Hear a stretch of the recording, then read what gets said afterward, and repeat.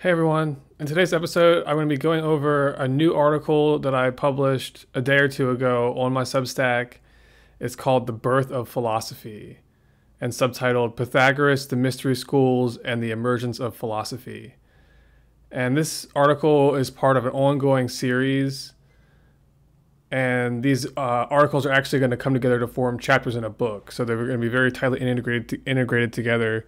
But the series was really sounded off at the conclusion of the first article I posted on here, which is one that looked at my analysis of the current events and current affairs concerning the war in Ukraine, the Great Reset, and a number of other factors that are taking place today. And so at the conclusion of that article, I discussed my idea that there was a hidden hand behind the current situation, and I related the idea that this hidden hand was connected in some way to the UFO phenomenon. And my implication there was not to suggest anything had to do with aliens, but it had to do with the existence of a Manhattan Project, essentially, that is dedicated to the research and development of technologies according to a version of physics and a version of science in general that is grounded around an ether-based view of the origins of physical reality, the origins of energy. Energy itself and form itself arise out of an ether, which is like an energetic vacuum or energetic substrate that permeates space. And so my idea is that there is and where I'm going to in this series is to be covering this story, but the idea that there is a body in this world that exists in a form that is built around a different idea of the nature of reality, a different version of science than what we have in the public world.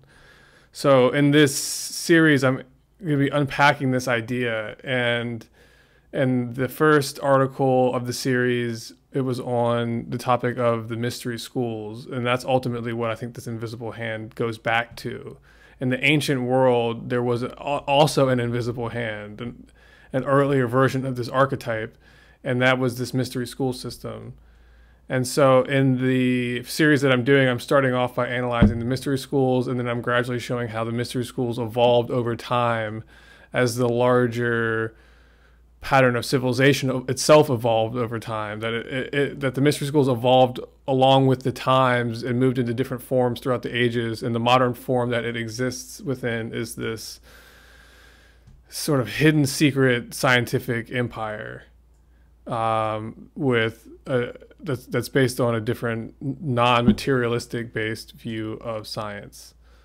So this would be the science that's much closer, or that is perhaps identical to the science of the original founders of the Royal College, or the Royal Academy, excuse me, in England. Like the early pioneers of science were ones who were much more influenced by hermetic philosophies and esoteric philosophies than they were towards any type of ideology that would mimic the modern obsession with a secular materialistic view of science, a Darwinian Big Bang theory version of science that's dominant and popular today.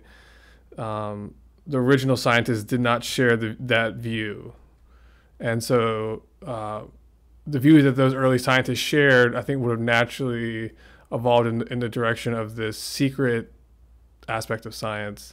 And then the outer body of science that we're taught in schools is this body of science that factors out this ether technology and is based on this sort of compromise of various sorts, the string theory type of physics that doesn't go anywhere, and it is really just an abstraction essentially. But that whole thing is only propped up and only exists to disguise this other trajectory of science. So anyway, that's all material that I'm capturing over the course of this series, but I'm going to go in very comprehensive detail to cover this story, because there's a lot of themes and implications involved and a lot of angles to it. So in the first article, following my initial one about the current state of the world, was on the mystery schools, and then now the subsequent article is called The Birth of Philosophy, because in my view, the first vehicle that emerged that carried forward the legacy of the mystery schools outside of the ancient world, so into the Christian age, out of the pagan era where the mystery schools dominated, that it transferred into a new vehicle with the onset of the Christian era, which is actually astrologically the onset of the Piscean age. So with the move into the Piscean age, the vehicle that the mystery schools were operating in, that the knowledge and rituals and disciplines and the sort of sacred knowledge possessed by the mystery schools, it moved out of its old context and into a new context. And that new context was philosophy, schools and sects of philosophy, secret societies that carried forth this knowledge. And that comes up to where I'm going to be going in future articles. It comes up to the sort of modern industrial age, in which it moves into the scientific body. It moves from these philosophical sects into this scientific body, and through the scientific body, it starts to take over the state. And so the secret government of the world has to do with this scientific body. And I think there's a tiered system to how it works. I think the outer tiers of the scientific body behaved differently than the inner tiers. So I would say like the outer body of the scientific ruling entity would be like the World Economic Forum, you know, for example, would be one extension of it, because that's the materialistic ideology that's held by a certain sect of this scientific body, and then there would be an inner body that would be operating according to a different paradigm of physics that is used by the outer body. And the inner body is the one that I think interfaces with the mystery schools, and is the modern vehicle through which that lineage now operates. So there's a throughput from the ancient mystery schools into the vehicles of secret societies and different philosophical schools and sects.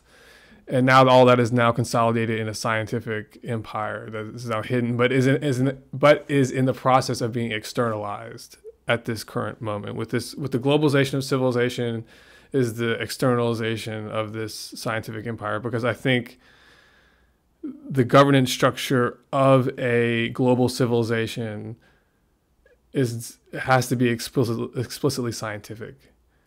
So anyway, we're going to be going to the details of what I mean by that in the course of these articles, in the course of this series. And so all this we bundled together eventually in a book.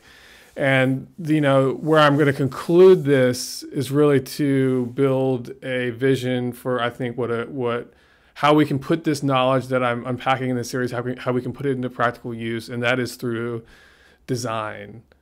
By taking this whole system of philosophy and this history of human civilization, by packaging this together as part of a philosophy of design, and design becomes the means by which we take these ideas and ideals that we're going to be covering in this series, and we put them into a version that can be actualized by the organizations of society. In a way, we're crafting a type of system of philosophy that is targeted to be used by the technocracy to transform that technocracy into something that is no longer grounded in a materialistic foundation, which would be like the outer body of the scientific empire. We can transform the outer body of the scientific empire into something that's philosophically connected to this inner body, to the mystery school tradition. That's our goal here, is to create something that I'm going to be talking about explicitly in another article, and but which I touch on a little bit in these current articles this current one I'm going to be covering today, and then the one I'm working on now and I'm on the cusp of finishing. This idea that the ultimate aim of civilization is to create a philosophic empire. So what I'm suggesting is how to transform a scientific, technocracy, a scientific empire, scientific dictatorship into a philosophical empire. So that's the goal, is to describe what that means, or what Plato's vision of a philosophical empire was, and how we can achieve that through this vehicle of design. So anyway, everything I said right now will make more sense as the series goes on, because I'm going to be explaining in further detail every one of the points I was just talking about. But that's ultimately what I'm trying to do now in this series, and what we're trying to build for. We're taking all this knowledge that we're building about human history and about the institutions that govern, human social life, and also our discussions of the collective unconscious and human psychology that we've done in our past series on Jungian psychology. We're going to be putting all that together now, and we're going to be really trying to figure out a way, or a vehicle, to make all this pragmatic, not just in terms of our own personal lives, but how can we create a movement, a social movement, which is, I don't think, not a grassroots political movement, but rather a movement within the professional class, within the technocracy, a movement within bureaucracy, within the philosophy of management, within the change the norms that are taught in business schools, or create a new type of educational institution that is based on academies designed to promote philosophy through design, that are academies dedicated to creating designers who can go into various realms of society and coordinate their work together to create a great total design of civilization, a design of human life on a collective level, with different parts of society being integrated together through this shared philosophy of design.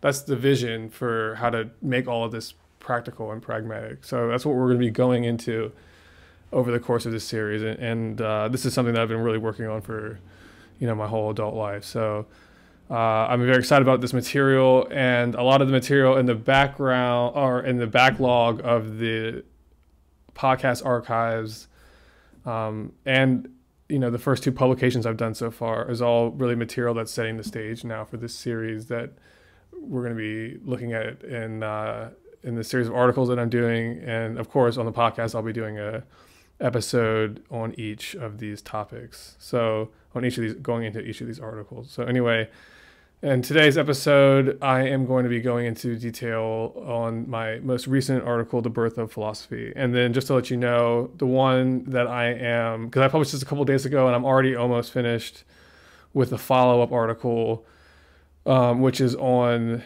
the idea that the mystery schools emerge out of Atlantis. So this article talks about how philosophy emerges out of the mystery schools, and then the upcoming article is going to be about how the mystery schools emerge out of Atlantis. So it's going to be covering and enhancing material from the Atlantis zine that I did. So if you've listened to the podcast I did several months ago about Atlantis, that were oriented around the zine that I did, or if you have the zine and you've read that, we're going to be going back into some of that material, but we're also going to be covering it in a fresh way, and we're also going to be adding some new elements. So they're just going to enhance each other. That material is going to really build off each other. For the article I'm doing and that past zine. So anyway, that's what's coming up. And then I have a whole series planned of articles that's going to go boom, boom, boom, boom, boom, that I'm going to be working to put out. So a lot of material is going to be coming up. But again, we're going to be putting all this together into a picture that's actually going to have utility behind it. It's going to be able to be hopefully utilized. So that's what my goals are, my ultimate goal has always been to create this kind of academy, this kind of like think tank, this like university dedicated to applied practice based around this theme of design. Because design, actually, I first got introduced to design because design is actually a movement in management and organizational management. There's like a school of management specialists that are advocating for managing organizations based on the principle of design. And so I got interested in trying to build a philosophy of design. Like what is a systems-based scientific view of the organization that can inform this design? And that's how I got into actually studying philosophy in the first place. So now I'm trying to bring this all full circle. Now that we have the philosophy, or now that I'm building out the system of philosophy, which I've done over the course of this podcast and and now I'm doing in these Substack articles, we're going to be putting all that philosophy now back into this goal of creating a useful, pragmatic philosophy of design that can be utilized by the class of management specialists that run the organizations that comprise the global technocracy. That's how we're going to put this to practical effect and use. So anyway, today's article, The Birth of Philosophy, Pythagoras, the Mystery Schools, and the Emergence of Philosophy. So I'm going to be reading through this slowly and then commenting a little bit as we go, and hopefully it'll be easy to follow along. All right, so this article starts off with a short introduction. It begins, "This essay is part of an ongoing series investigating the hidden role that the institution of the mysteries has played in guiding the long-term evolution of mankind. In the previous article of this series, I delved into the arcane institution of the mysteries and showed how it once thrived as a specialized institution of spiritual education, dedicated to progressing and unfolding mankind toward the fulfillment of its divinely appointed evolutionary destiny." So the mysteries is an institution within mankind dedicated to furthering and enhancing mankind's own evolution. Basically, that's what I'm arguing. It's an institution within mankind dedicated to enhancing mankind's own evolution. So the knowledge possessed by the mystery schools is the secret knowledge of nature that is nature's recipe for evolving mankind towards the fulfillment of its own archetype. And the mystery schools use this knowledge to advance the human being ahead of schedule. And the reason that they want to do this ahead of schedule is to be of service to the divine being who is behind nature. So mankind is nature's vehicle, or is the divine being's vehicle for awakening within the world of nature. So the human kingdom is a kingdom within nature that is specifically created to become this vehicle of awakening. Okay, that's the underlying idea. Now picking back up with the article, I write, "The great school does its sacred work based on the simple but often overlooked fact that nature has blessed mankind with certain spiritual potentials that are, at present, latent within the average individual. Through the institution of the mysteries, an applied science of human evolution was cultivated. Here, esoteric disciplines, rituals, and meditations were developed that were aimed at transforming and advancing the soul within the body, activating its latent potentials and advancing its state of evolutionary progression." So the knowledge possessed by the priesthood was not just knowledge geared towards the intellect, but it was also knowledge of how to purify the self, how to calm the physical and emotional impulses that cloud the mind. And at the same time, you are training the mind. So this was all based on an applied science of how to do this. And incorporated with this were the use of sacred disciplines and rituals and meditations. That all comes together to create this science of how to evolve the soul, how to release its potentials. And so in this article, we are going to investigate the close relationship that once existed between these mystery schools and the institution of philosophy, which first emerged during a historical period typically referred to as the Axial Age, which was around the 6th century BC. In the course of a single century, and this is referring now back to the Axial Age, but the very beginning of the Axial Age, the 6th century BC, is when philosophy first emerged on the world stage. And it sprouted up in numerous key cultural zones spread throughout Eurasia at the same time. In these areas, philosophical schools were founded by sage-like initiates with links to the mystery schools of their region. In this essay, I track the backstory behind how the institution of philosophy first emerged out of the mystery schools during the Axial Age. I argue that this development, and again, the Axial Age is around 600 BC to around 400 AD, give or take a few centuries. Or give or take, I would say, 200 years on either side.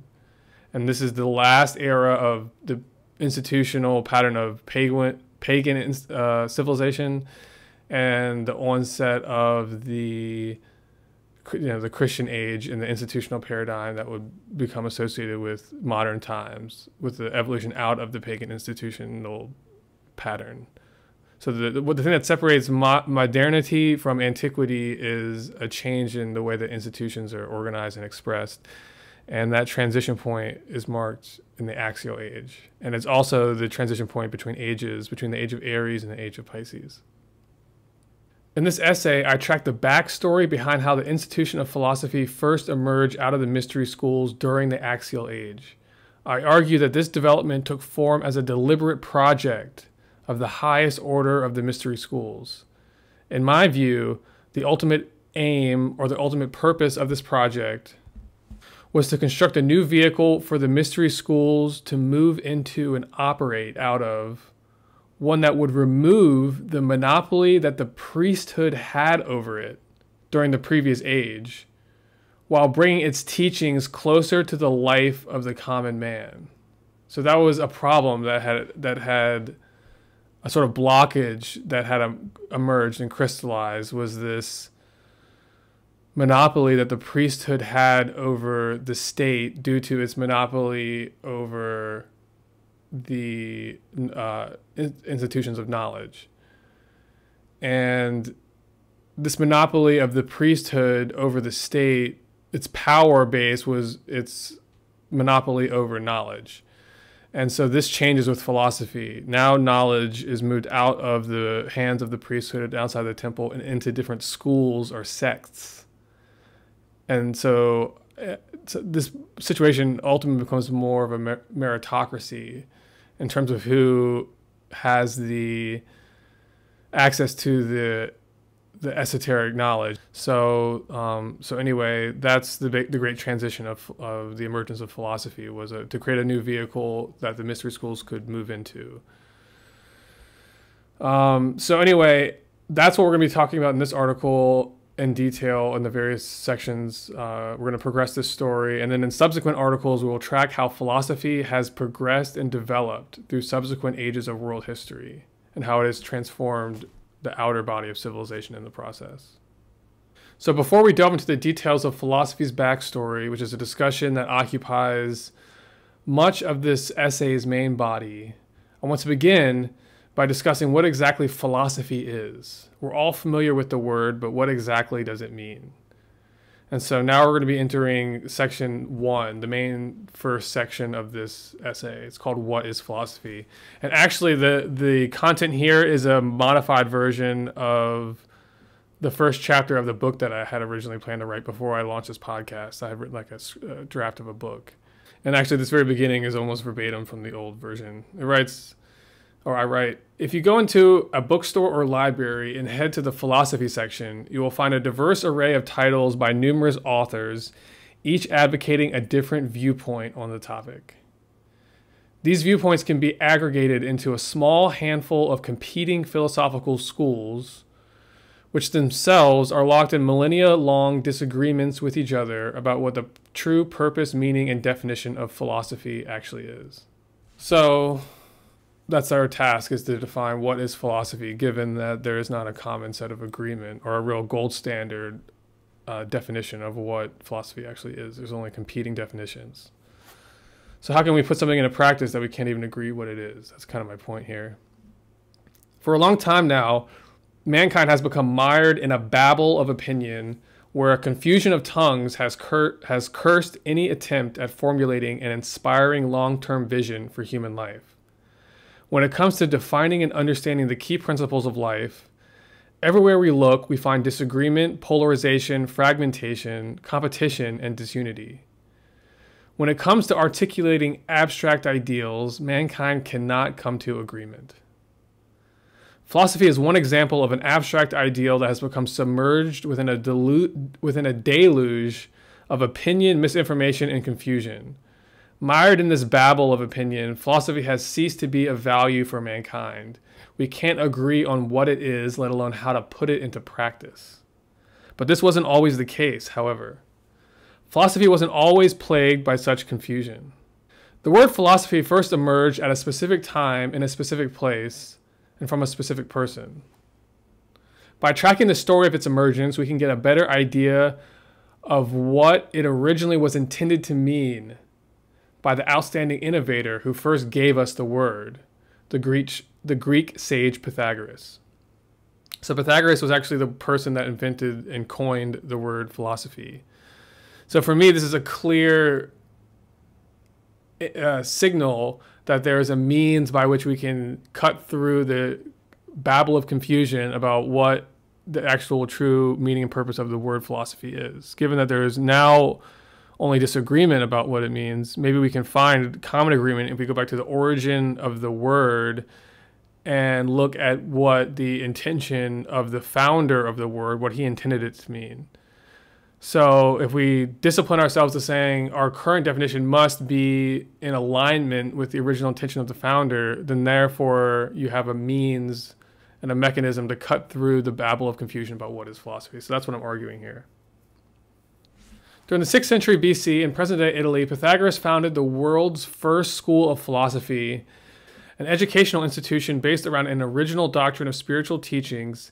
This doctrine was a synthesis of the wisdom teachings he had been initiated into during his journeys and pilgrimages to visit various priesthoods hosting the mystery schools and sites throughout Eurasia. After the death of its founder, the advanced students and teachers of the Pythagorean school perpetuated his teachings, keeping his school alive in a lineage that was patterned around the original master-pupil program that the founder had originally set up for his academy. A generation or so after Pythagoras' death, the great Athenian sage Plato became a student of Pythagoras' teachings. He synthesized Pythagoras' philosophical system with other influences in the effort of launching his own original Academy of Philosophy. Much of what we now know of the original teachings of Pythagoras come down to us through Plato, who synthesized elements of Pythagorean philosophy with the wisdom teachings of numerous mystery schools he himself had encountered during his own pilgrimages to the great temples of Greece, Egypt, and Mesopotamia. Like Pythagoras, Plato used the knowledge attained in his initiations to found an academy dedicated to philosophical education. And also, like Pythagoras, after his death, his students would perpetuate and gradually modify and evolve his corpus of teachings. And I would 100% put Manly P. Hall in that lineage of Platonic philosophers. The key point is that Pythagoras and Plato, when they first put forward their doctrine of teachings, intended philosophy to mean something specific and to be practiced in a particular way. The task for the modern philosophical student is to reconstruct what exactly this original intention was so that we may recreate the system for the use of modern man. In order to cut through the babble of opinion that currently plagues the field of philosophy, we need to rediscover Pythagoras' original definition of the term, recreating his mindset and analyzing what his direct influences were. For a long time, philosophy has been bogged down in a quagmire of confused tongues. To resurrect philosophy, we need a method for cutting through this babble of opinion so that we may construct for ourselves a precise and detailed framework of what philosophy is and what it is not. Our need is to formulate a gold standard definition of philosophy. We now have a plan and method for doing this. We're going to go back to the time and place of philosophy's initial emergence and examine the historical context that informed its birth. In the process, we're going to investigate the sage who is responsible for giving us the word, Pythagoras, and try to make sense of his life by fitting him into a larger historical pattern. It is my proposition that by analyzing the life and times of Pythagoras, we can disambiguate the correct meaning of philosophy and thereby solve our confusion of tongues dilemma. And that ends the first section and sets the stage for the second. And that sets the stage for section number 2, which is Pythagoras and the origins of philosophy. The story of philosophy begins with Pythagoras, the Greek savant and spiritual guru who first invented the word in the 6th century BC. Pythagoras was born and raised in a Greek city-state that was connected to a larger system of empire, which was common at that time. Meaning empire was common at that time. This was a time of warring states where a complex chemistry of social, political, and economic pressures were combining to sink Eurasian civilization into a state of perpetual warfare. Having earned and been granted initiation into the wisdom teachings of numerous cultures across Eurasia, including those of the Mediterranean, Mesopotamia, Persia, Egypt, and India, all those regions, Pythagoras returned to his homeland and founded the world's first formal school of philosophical education. Pythagorean philosophy emerges as a synthesis of the various wisdom traditions that Pythagoras was initiated into during his pilgrimages through the mystery schools held by priesthoods practicing within the various civilization zones of Eurasia. Because remember, at this time, the mystery school teachings were only possessed by the priesthoods. And it was only with Pythagoras that they would begin to emerge into a new vehicle. And it wasn't actually just Pythagoras, but it was the whole cohort of world teachers that emerged during the Axial Age. That they all emerged out of different cultural zones, and each had their own version, their own school of philosophy, but all were ultimately dedicated to the same ideal. And all ultimately served the same purpose of formulating a new vehicle for the mystery teachings to move into. As was done in the mysteries, Pythagoras' philosophical teachings were taught to students by degrees, with students and disciples exposed to the master's teachings in a well-organized sequence of progression. Gradually, students worked to ascend the various levels of this degree system so as to elevate themselves to one day become great philosophical masters and initiates like the school's founder, Pythagoras. Pythagoras lived and taught during a critical period in human history, one that has frequently been given two titles by historians, the Axial Age and the Age of World Teachers. The former name, the Axial Age, refers to the non-stop competition between empires that characterized this time period. During this age, a large-scale transmutation of institutions was taking place. This dynamic emerged as a direct result of the combustible chemistry that arose after long isolated civilizations were thrown together during the mercantile and military development of early empires. Now, this is a story I'm going to be getting into further in future articles, but which has to do with the political dynamic that was taking place around the emergence of philosophy, because great transformations were taking place all over society. Not the emergence of philosophy as a public-facing institution wasn't the only thing that was happening during this age. So we have to understand how the whole chemistry of factors came together. But during this age, a large-scale transmutation of institutions was taking place. And states and cultures were being thrown together through trade, empire, and conquest. In the long term, these interactions would catalyze the blending of cultures across Eurasia. This dynamic would, in time, have a transformative effect on the future of world civilization. From this admixture of civilizations, a new order of world institutions was soon to emerge from the onset of the Christian era, and which is actually also the onset of the Piscean Age. All this comes together. The alternate name for this time period, sometimes used by historians, is the Age of World Teachers, as we just mentioned. This references the fact that during the same period that the great imperial conquests were taking place, there emerged in various locales across Eurasia a cohort of great philosophical teachers whose collective body of teachings would completely transform the future of human civilization. Though the word philosophy was coined by Pythagoras, in truth, each of the great sage-like teachers of this age were philosophers. In Taoism, is the word for philosophy is just called the way. And essentially that's what philosophy is. It's the way, the doctrine of the way.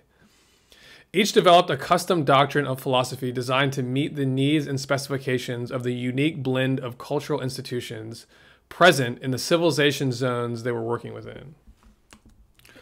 Although he is sometimes deemed the first philosopher for having invented the term, Pythagoras was actually working in conjunction with a larger fraternity whose influence was also present in the founding of the schools that would embody the teachings of the other outstanding world teachers of the age, such as Buddha and Lao Tzu. These other schools are close in spirit to Pythagoras's, are derived from a common source of inspiration, and are equally deserving of being titled philosophy. In other words, philosophy was a global movement, not just an invention of Pythagoras's, although the word itself is derived from him. The great world teachers of the 6th century BC lived simultaneously on the Eurasian continent, and civilization spread across its vast lands. Each formulated an original doctrine of teachings that were specially crafted to meet the needs of their people. In their respective homelands, each established schools of philosophy dedicated to perpetuating their teachings. These schools would emerge and develop in time to establish philosophy as an important institution in human life. Prior to 600 BC, the time when the Age of World Teachers first commenced, the spiritual knowledge of the mystery schools was held exclusively by a sacerdotal caste of priests.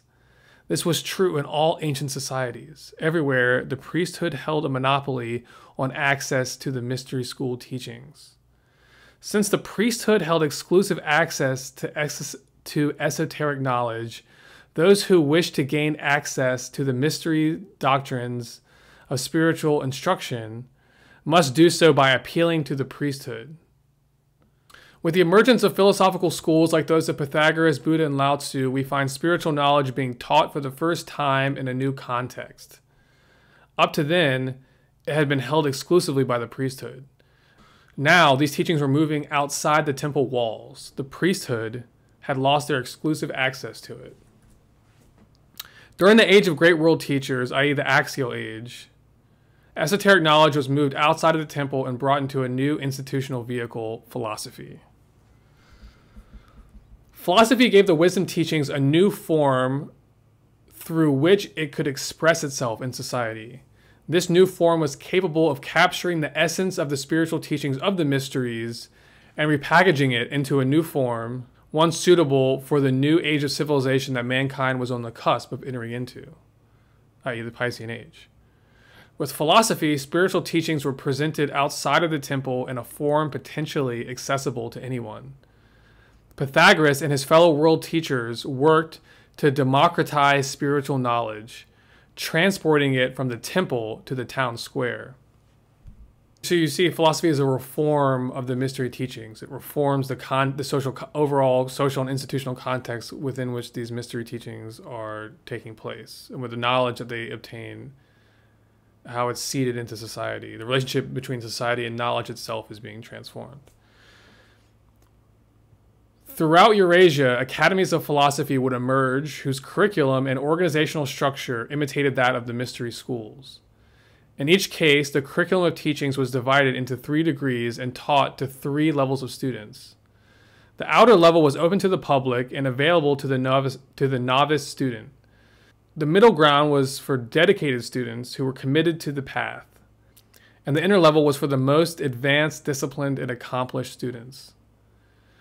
Disciples of these philosophical academies participated actively in the affairs of public life and worked to progress the overall welfare of the human estate, while also working with spiritual teachers to elevate and evolve themselves as individual beings. So it's about developing both the individual and collective. That's what the mystery schools did, is they developed individuals as instruments to better the collective. And the collective would, in ancient civilization, this whole pattern would collapse when the collective stopped producing candidates fit to be initiated into the mysteries. And therefore, there were not initiates coming out of the mysteries to do their works in society to elevate society. So there was a cycle that was broken. Disciples of these philosophical academies participated actively in the affairs of public life and worked to progress the overall welfare of the human estate, while also working with spiritual teachers of their own in the effort of elevating and progressing their own level of personal evolutionary development. In this way, the mystery schools worked to elevate both the individual and the collective. It prepared and trained individuals to go out into the world and elevate the collective, which could then produce more candidates for the mysteries and thereby reproduce and advance the cycle of the whole program. Just as in the mysteries, in these philosophical academies, students progressed to higher grades only once they could demonstrate mastery over the curriculum of the lower degrees. Through this method, one's philosophical education prepares them to undergo the trials, tribulations, and initiations of life. As one's education progresses, one is prepared to take on more and more of life's responsibilities. In esoteric philosophy, it is taught that the highest levels of esoteric instruction in the mystery schools take place not on the physical planet, but in metaphysical fields surrounding the earth, which are only accessible through the mastery of certain occult disciplines and tantric meditational practices taught by the initiates of the mysteries. The hierarchy, the highest level of spiritually evolved humans who reside at the apex of the mystery school system, live and work outside of the material surface of the planet. Over the unfolding ages of man's development, this hierarchy attaches itself to different institutional forms in order to advance its plans for human evolution. The forms it attaches itself to on Earth may evolve and transform over time, but the upper echelons of the mysteries itself never changes, being itself spiritual in nature and outside of involvement in the polarity of birth and death. From their throne in the temple of heaven, the highest order of spiritually advanced humans interface directly with a larger spiritual universe where the consciousness of deity is permanently enthroned. These evolved masters have outgrown the attachments and limitations that bind others to the cycle of birth and death, and live fully awake to the ever-present light of God.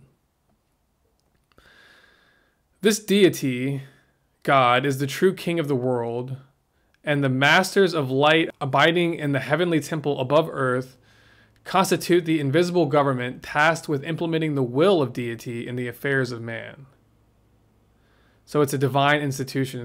The mysteries are an institution that interfaces between heaven and earth.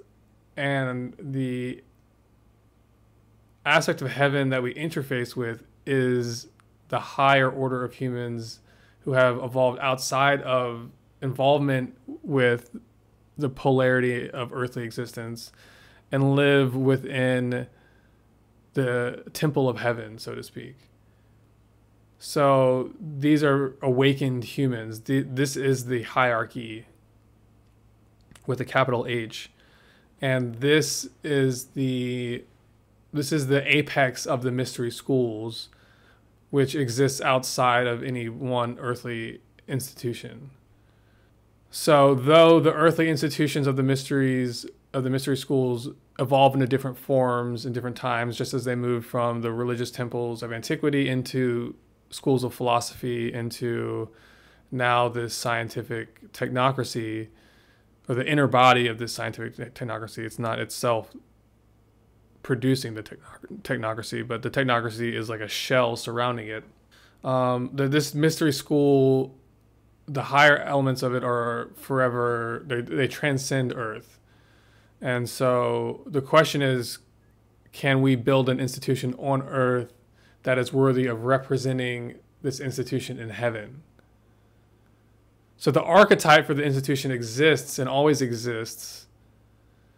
And our challenge is to establish this heavenly archetype on Earth by building civilization as a living temple.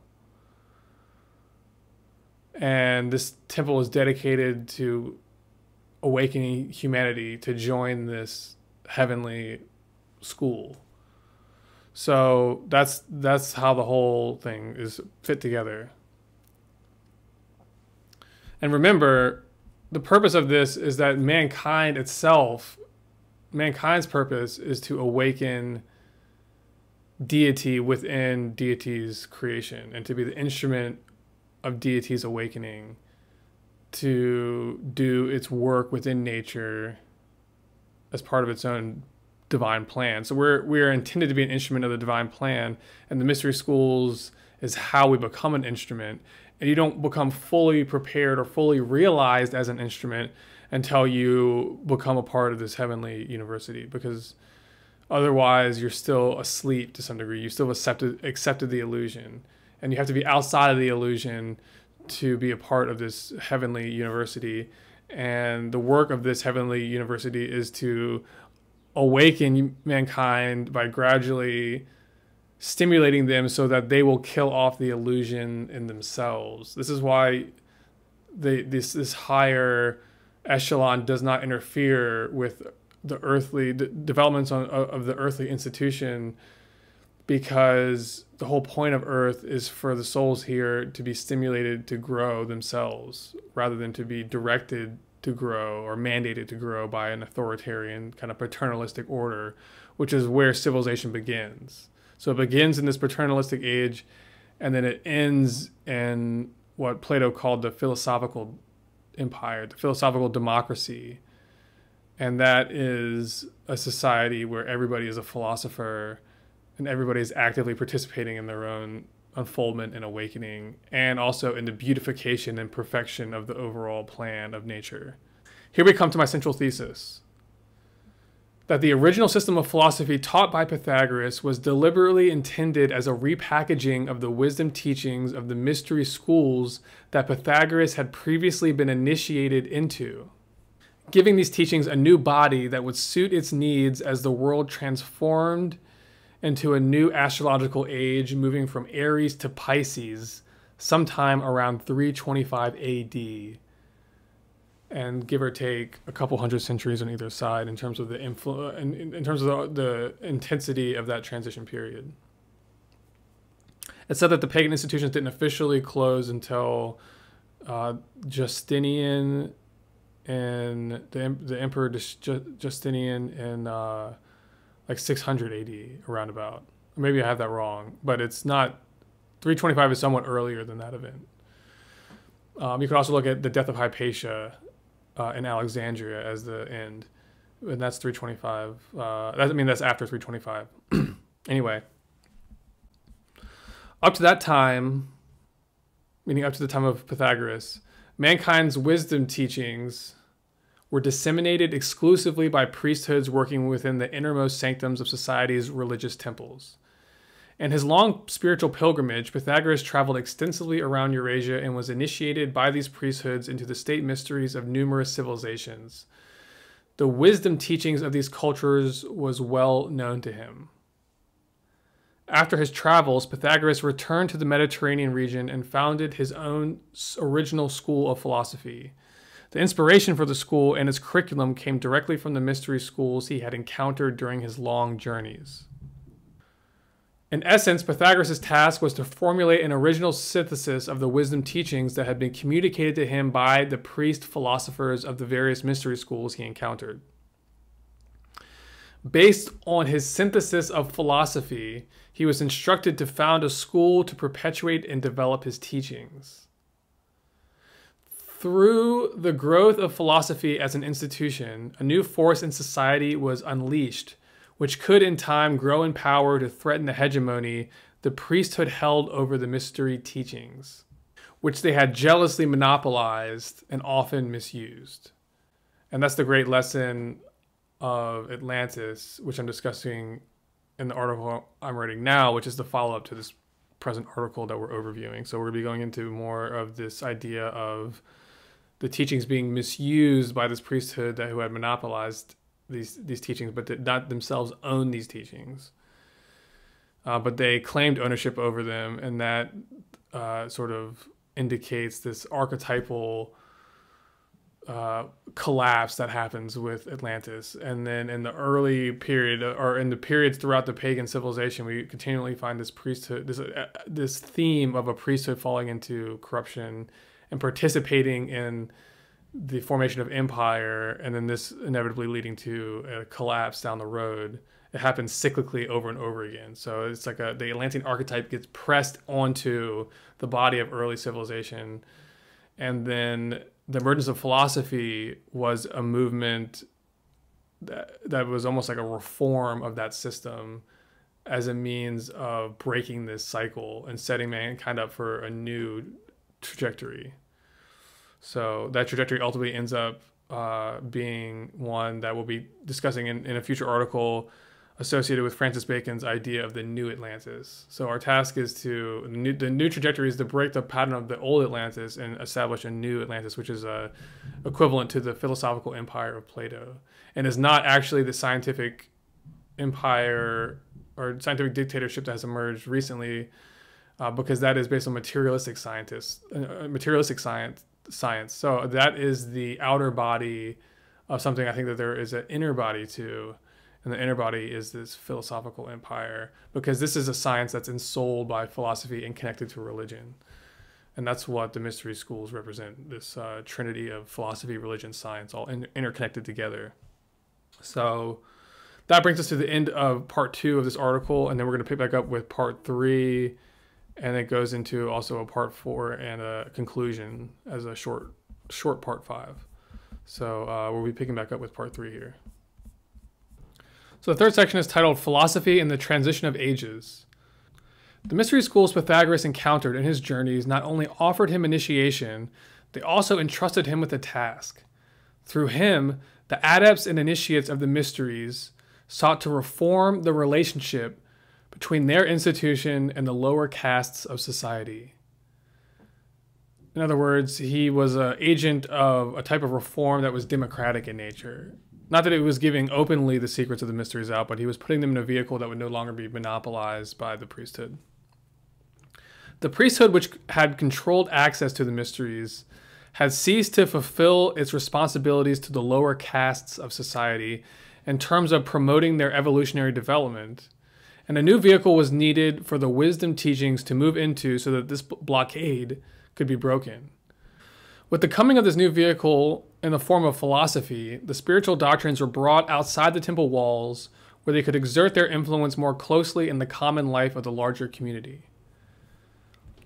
As an initiate of numerous mystery schools, Pythagoras was undoubtedly aided in his task by the sages, hierophants, and adepts of the various mystery schools he was initiated into. When we survey the various schools of philosophy that were being established during this time period, such as those in India, China, and Persia, we find in each case that the founder of the school, like Pythagoras, held intimate connections with the mystery schools of their cultural zone. In truth, the philosophers of the Axial age were instruments of the mystery schools. Each was tasked with a specific mission as part of a larger project, which was to reform and transform the long-term evolution of human civilization. Philosophy emerges within a larger social and historical context. This context is marked by the large-scale transformation of institutions that was unfolding all over the world during the Axial age. In the timeline of world history, the emergence of philosophy, the complete collapse of the pagan era of civilization, and the onset of a new world order with the coming of the Christian church all took place one after another in sequence. An ancient age of civilization was coming to an end. Social structures on the largest scales were in the process of transforming at every level of society. Overall, an entire age of world order was ending, and in the process being reconfigured and reborn. Philosophy was born as a response to these changes. It was formulated as a new vehicle into which an older system of sacred knowledge and wisdom teachings could be ported. Philosophy first emerged at a critical point in world history. It was intended to function as a new instrument for the mystery schools to use in their grand plan to democratize the wisdom teachings and bring the mysteries to the entire body of mankind. Pythagoras and his fellow world teachers all teach the way of the initiate. Before them, this way was taught exclusively by the priesthoods. After the establishment of philosophical schools, it would become available to a larger swath of mankind, with merchants, aristocrats, and farmers each gaining access to at least some portion of the wisdom teachings. Philosophy thus emerges as a deliberate project intended to reform and transform the mystery school system, moving it away from the temples and its priesthoods and into a new, more adaptable form that was better suited to the new age that was shortly to come. In its new vehicle, the spiritual teachings of the mystery schools were brought outside of the exclusive control of the priesthoods. They were democratized, in other words, meaning they were made more commonly available to outside segments of society that were not part of the sacerdotal caste, meaning the priesthood. In this way, philosophy emerged, at least in part, as a political project. It was designed to sever the hegemony that the priesthood held over the mystery teachings. This priesthood had fallen victim to the temptations of corruption, tyranny, and conspiracy, and become politically involved in the imperialistic intrigues of the state. Philosophy emerges as a response to this corruption. It moves the wisdom teachings outside of the priesthood's exclusive control and offers it a more mobile and adaptable platform to use in the new age. This new platform, philosophy, would help these teachings navigate the chaotic social environment that resulted from the eventual destruction of the pagan religious institutions and the onset of the age of Christianity, which is marked by a new reconfiguration of human institutions. So the collapse of the religious institutions of the pagan era and their replacement throughout Eurasia with a new institutional order indicated by the rise of the Abrahamic religions, Judaism, Christianity, and Islam, came as a direct result of philosophy's emergence during the Axial Age. By the 6th century BC, an old institutional order had crystallized and was in the process of breaking down. In the age that was coming to an end, the power of the priesthood came from their monopolization of the sacred knowledge of the mysteries. But with the emergence of philosophies, this monopoly would be broken. Consequently, the political leverage that the priesthood held over the state was gradually destroyed. The source of their power now taken from them, the priesthood's hegemony over the state, was soon overthrown with the emergence of an oligarchy of powerful imperial interests. This oligarchy would eventually inspire the formation of the vast Roman Empire. So the Roman Empire emerges as an oligarchy, and the priesthood is not ruling this oligarchy. It's a set of military, state, and financial interests and aristocratic interests. And you could say the priesthood are involved in that oligarchy, in which case they certainly have interests and a perspective and some manner of political agency, but they're not dominating affairs as they once were. So things are moving in that direction of oligarchy from monarchy. So a whole age of civilization was coming to an end during this period. Overall, society was moving in a secular direction, one that was beginning to focus more and more on transforming mankind's material relationship with life. Meanwhile, philosophy was rising in importance, and governance was moving outside of the temple and into the hands of civil society. This is a major trend of our society, and this is one we're going to be tracking in the current article I'm writing, and also in the future as well, is that part of the shift that we're seeing in this transformation and evolution of human civilization and this reconfiguring of institutions that we see during this Axial Age period. One of the themes that we're seeing is that we're moving away from a paternalistic age, the age of monarchy, when the majority of mankind is ruled in a completely top-down fashion. And more, as we move into oligarchy, we're seeing a model of governance where the people, more and more people are involved in the collective governance of civilization. And then obviously the full extent of that would be a democratic society where the people themselves are responsible for running the institutions of their own civilization. That's a collective expression of government that is sort of the opposite polarity of monarchy. But that's a trend is that the outer body of man gradually begins to move upward and the intellect becomes more elevated, and sort of behavioral pattern, an intellectual pattern of mankind becomes advanced, and society becomes more complex, and mankind becomes a more complex instrument of society. Overall, society was moving in a secular direction, one that was beginning to focus more and more on transforming mankind's material relationship with life. Meanwhile, philosophy was rising in importance, and governance was moving outside of the temple and into the hands of civil society. The public at large, meaning the lower castes of society outside of the priesthood and monarchy, were gradually beginning to take more control over the political, economic, and cultural governance of their society. The destiny of civilization was incrementally moving out of the hands of a ruling elite and into the hands of the people. In other words, a paternalistic age was gradually transforming into something that would ultimately is destined to become a democratic age. So the move is monarchy to oligarchy to a republican form of democracy to eventually a full philosophic democracy, as we'll be exploring in the future. Zooming out and looking at things at the largest scales, an ancient age of paternalistic governance was coming to an end, and things were gradually moving in the direction of democratic self-governance. This social transformation would not take place all at once, obviously. In fact, it is a process that is still unfolding to this day.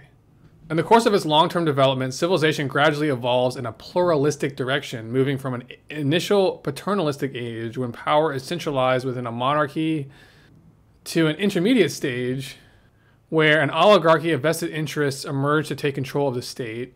This motion finally concludes in the emergence of republics and democracies where the responsibilities of governance are put explicitly in the hands of public-facing institutions.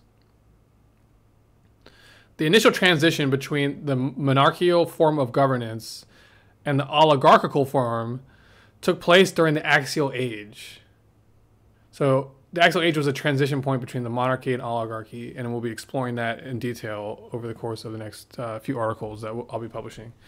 When an international aristocratic elite arose in Central Eurasia, I'm talking about how the oligarchy first formed. We can look at places like Babylon. When an international aristocratic elite arose in Central Eurasia to seize power over the economic and political systems of numerous states at the same time, binding them together into a massive transcultural economic empire.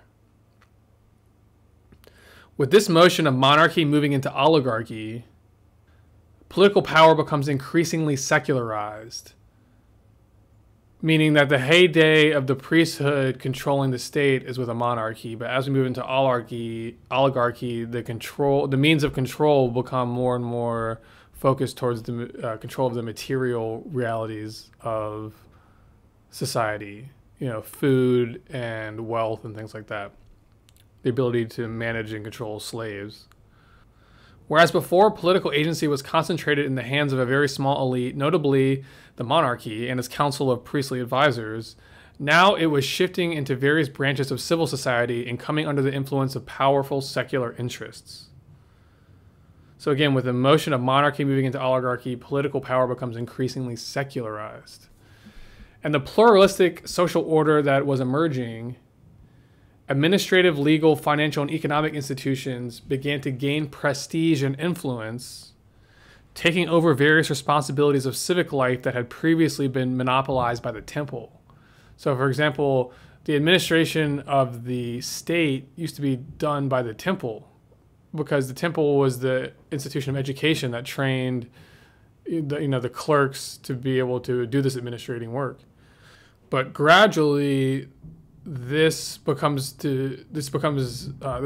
done outside of the temple through guilds forming, and eventually these guilds would become somewhat autonomous from the state and become the early banks, the early financial people who financed trade between empires. And this would also coincide with the first formation of bullion currencies, because before that, when the temple was running economic affairs within a state, they would use a credit system. But bullion emerges when states become in contact with each other, and particularly when they become empires. But at heart, bullion starts emerging once you have these cross-cultural states emerge and you need some way of facilitating trade and specialization to emerge within the state, within the empire. And then later on, you need to have bullion to finance the continuation of empire, because you need the bullion to finance the war-making machine that gives you the empire, that preserves the empire, by conquest. So bullion can either emerge through trade within an empire, or it can emerge to facilitate a imperial force emerging, who funds its empire through paying off a professional soldier class, a professional military class. And you need a whole bureaucracy associated with that. And you also need a complex economy and the ability to feed a complex economy. So you need to have a certain degree of advancement in terms of agriculture and the ability to store grains and to move and trade, resources between the various aspects of the state or the empire. So anyway, and the order that was emerging, as things become more complex, you have more aspects of society become important to the overall maintenance of society.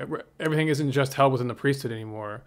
So these other institutions come to gain prestige and influence, and so you end up having the conditions for an oligarchy to emerge. Because if you formally have an alliance between the leadership of these various institutions that are gaining, then you have a political entity emerging, a pluralistic political entity, but one that has the means to take over power from a monarchy. You can have an oligarchy sort of do a coup over a monarchical system. And so that ends up being the trajectory that things go into. And as this happens, the priesthood, the influence and power of the priesthood and the institutions of religion ends up declining. So they go from a situation of absolute dominance to more and more aspects of society, beginning with the state, begin to express autonomy from this institution. So in order to respond to this motion of events, the mystery schools detach themselves from religion as well. They follow the trend that all these other institutions are doing by detaching themselves from religion, the body of religion, and they move into a form that becomes autonomous, which is philosophy. Rome was the last great empire to feature the old pagan religious institutions within its boundaries. Rome emerges as basically a secular empire run by an oligarchy comprised of a coalition of financial, military, and aristocratic powers. By this stage, religion had ceased to be a dominating influence in political affairs. The priesthood was no longer the dominant power center it once had been. Rome was built largely as an economic project. It was a vast economic empire that would eventually collapse from widespread corruption, addiction to warfare, ongoing debt crises, populist uprisings, and barbarian invasions.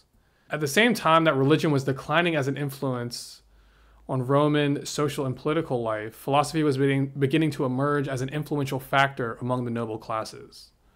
Within Greece, philosophy became an influential intellectual movement. It grew to directly influence the worldview of the nobility and monarchy. For example, the Macedonian conqueror Alexander the Great emerged only a few centuries after philosophy's initial birth. He was inspired to forge an empire spanning Eurasia, one he dedicated to the mission of furthering a set of philosophical ideals, not strictly religious ideals, but philosophical ideals taught to him by Aristotle, who was his personal tutor.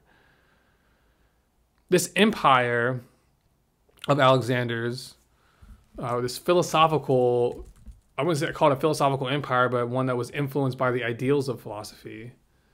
This empire labored to spread the civic institutions of the Grecian states across the greater Eurasian theater. After the death of Alexander and the fall of his empire, later states would emerge to resurrect the institutions that Alexander had seeded in their regions during his conquests. So he ended up being this sort of like civilizing influence in the world. And actually, Alexander gives us the city of Alexandria, which would play a critical role in world history directly after the Axial Age, or at the very concluding moment of the Axial Age. But anyway, these other states that resurrected the institutions that Alexander had seeded in their regions during his conquest, these would develop new empires that would, in their own way, further his mission, Alexander's mission of spreading civilization to all lands of the earth. And then to give another example of philosophy's growing influence on human life, in India, Ashoka, I think it's Ashoka, would rise in power to create an empire dedicated to the ideals of Buddhism. In spreading his empire throughout the greater region of India, Ashoka brought not only Buddhism, but an entire body of civilizing institutions to regions that had previously been backwater territories populated by primitive tribal peoples. These tribal peoples would in time cultivate the seeds of civilization that Ashoka sowed and use them to develop advanced states of their own.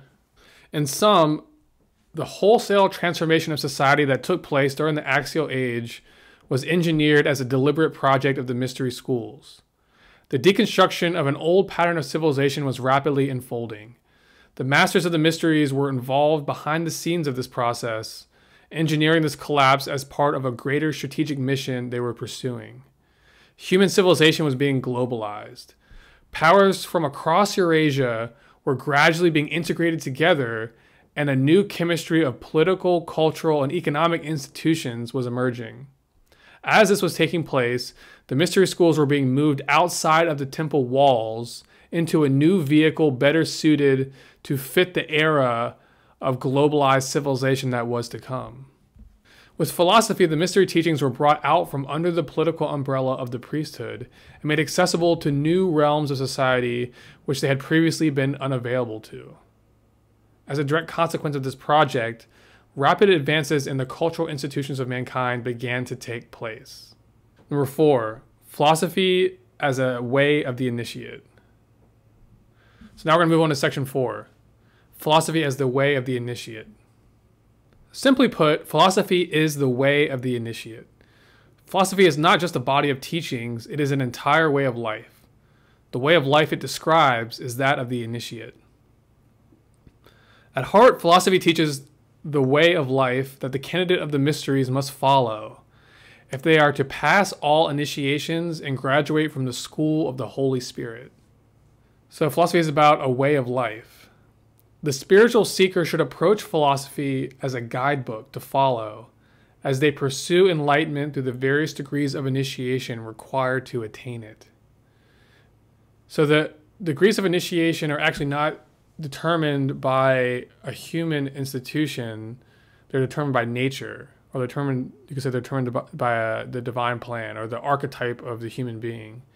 And so the physical institution mirrors this archetype. The philosopher, as he or she grows in wisdom, prepares themselves to pass successfully through the trials and tribulations of life. Earth itself is a grand temple of initiation for souls that have journeyed here to become students in its great school of the Holy Spirit. The tests we go through in life as residents of Earth are each in their own way trials and tests of initiation. By facing and overcoming these tests, our souls are stimulated into evolving and releasing the God power within. At its core, philosophy involves the synthesis of religion and science. As a religion, philosophy is about serving God by becoming an active participant in the realization of a sacred divine plan. This divine plan is playing out at the level of the whole and encompasses all individual life forms. Being united within the whole, all life forms together share a common destiny to become willing participants in the realization of a divine plan they are all a part of. As science, philosophy is about understanding that God is immanently present within every form and process of nature. Therefore, the perfect religious scripture for mankind to worship and study is nature itself. Man accomplishes this worship through the correct philosophical use of science. For the philosopher, science and religion merge in the mystical experience, where physical and psychological processes within the individual are scientifically stimulated in order to catalyze a religious experience of spiritual awakening. So philosophy, science, and religion are connected as a trinity here. For the philosopher, religion is primarily about a personal experience of God rather than a social institution dedicated to perpetuating scripture and rituals. Religion as a social institution has its place, but the philosopher is not dependent upon any one priesthood or religious sect to release the God power within. The mystery schools were dedicated to developing and releasing an internal God power hidden within the body of mankind. For them, the true temple was the human body. This was the sacred vessel within which the great alchemical transformation of the soul was to take place. In philosophy, religion is treated as a personal experience of God that takes place as a mystical communion of the soul with spirit, a divine act that is not under the exclusive ownership of any one priesthood or system of religion. The outer body of religion constantly changes and evolves, but the mystical core of religion always stays grounded in a direct experience of God that takes place within the human soul. By use of tantric practices, the philosopher becomes the mystic and experiences God as a spiritual fact. The power of God within the human soul must be unlocked using a secret science. Through the use of sacred tantric disciplines, The spiritual light of God is allowed to come into the soul and take control of the body. All advanced degrees of philosophical instruction involve the use of esoteric physical and mental disciplines. These disciplines are the prized possession of the mystery schools and involve awakening and releasing spiritual energies within. Philosophy is ultimately about preparing the individual to be a useful instrument in the actualization of a divine plan. Philosophy's initial degrees are concerned with putting the mind and emotions in order through reason and discipline. With these tasks accomplished, the higher mind can take rulership over the body without interference from the emotions or bodily complexes, and be allowed to direct the life of the person in a harmonious fashion. When the candidate is ready, tantric practices are added to one's philosophical studies. These specialized disciplines are designed to allow the soul to detach itself from the body in order to explore and release its own latent metaphysical and spiritual potentials. So that's the curriculum of philosophy. On the outer level, you're taught to self-discipline, essentially. And then those systems of self-discipline then aid you in the second stage of philosophy, in which you're doing sacred meditations, essentially, that are perhaps mantric in nature and involve assuming certain postures and doing breath work and things like that. You only do that once you've already done the first stage, which is the lower degrees, which is the self-purification and putting the mind and emotions in order. Because if you haven't done that and then you try to work on the breath work and the tantric stuff, you're going to start manipulating with the energy of your body, but you're not going to be able to orient the flow of that energy in the right way because you still have these blockages you haven't worked through. So that's the curriculum of philosophy, and that was also the curriculum of the mysteries. Conclusion, section 5. Having now surveyed the history of philosophy and examined the various social, political, cultural, and religious factors that informed the period in world history when philosophy first emerged, let's now revisit our earlier question: what is philosophy? Philosophy is an externalization of the initiate path taught in the mysteries. Through philosophy, the citizens of Earth are prepared to become initiates in the great mystery school of the Holy Spirit. The new student of philosophy is like the neophyte preparing to undergo their first trials in the mysteries. As the pupil advances in their studies and in their mastery of the philosophical curriculum, they are gradually prepared to pass higher and more exacting initiations in the mystery school of life. Earth itself is the great temple of God, and the tests of life are initiation trials for the soul. The human soul itself is the real candidate of the mysteries. Philosophy is the method the soul is intended to use to pass through this school and attain graduation. In this case, graduation means enlightenment. In philosophy, enlightenment is revered as the attainment of wisdom, and wisdom is regarded as the unique quality of spirit. The philosopher, as a lover of wisdom, prepares themselves by disciplined effort to become a vessel or an instrument into whom the light of this wisdom may be poured. And that's how I conclude the article, and that's where I'll conclude this episode. So thank you very much for tuning in, and keep your eye on the Substack, I guess on your email list if you have signed up. But yeah, keep your eye on that and on the podcast, because I'll be doing future episodes about the articles that I'll be publishing, because I'm working on a whole series that I'm very excited about. So anyway, stay tuned, and thank you very much for tuning in. God bless.